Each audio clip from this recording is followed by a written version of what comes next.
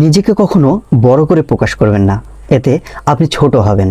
ভুল স্বীকার করার মানসিকতা দেখান। থ্যাংক ইউ, প্লিজ এই কথাগুলো বলতে দ্বিধা করবেন না। কারো কাছে নিজের সিক্রেট শেয়ার করবেন না বা কাউকে অন্ধভাবে বিশ্বাস করবেন না। অভিজ্ঞতা ছাড়া ব্যবসা করতে যাবেন না। পরচর্চা করবেন না। যে ব্যক্তি আপনার সামনে অন্যের নিন্দা করে সে নিশ্চিতভাবে অন্যের সামনে আপনার নিন্দাও করে। গাধার সাথে তর্ক করতে যাবেন না।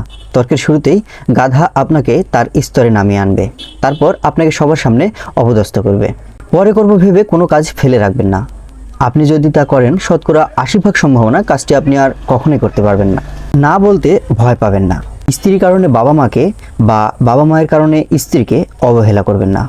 সবাইকে সন্তুষ্ট করতে যাবেন না, এতে আপনি আপনার ব্যক্তিত্ব হারাবেন।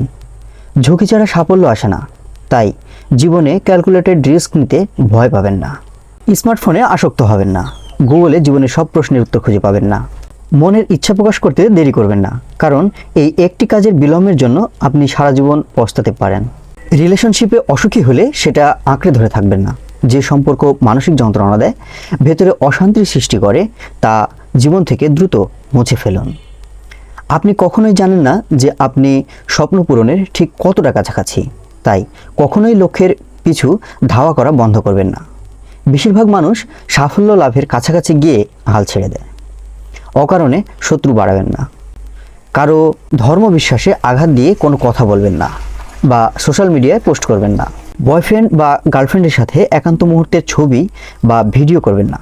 তার সাথে আপনার বিয়ে হবেই বা সে আপনাকে ভবিষ্যতে ব্ল্যাকমেইল করবে না, এটা আপনি গ্যারান্টি দিয়ে বলতে পারেন না। যে আপনার কথা শোনার জন্য প্রস্তুত নয়, তাকে কিছু শেখাতে যাবেন না। সে ঠকবে, ভুল করবে, ধাক্কা খাবে, তারপর এক সময় ঠিকই আপনার মূল্য বুঝতে পারবে।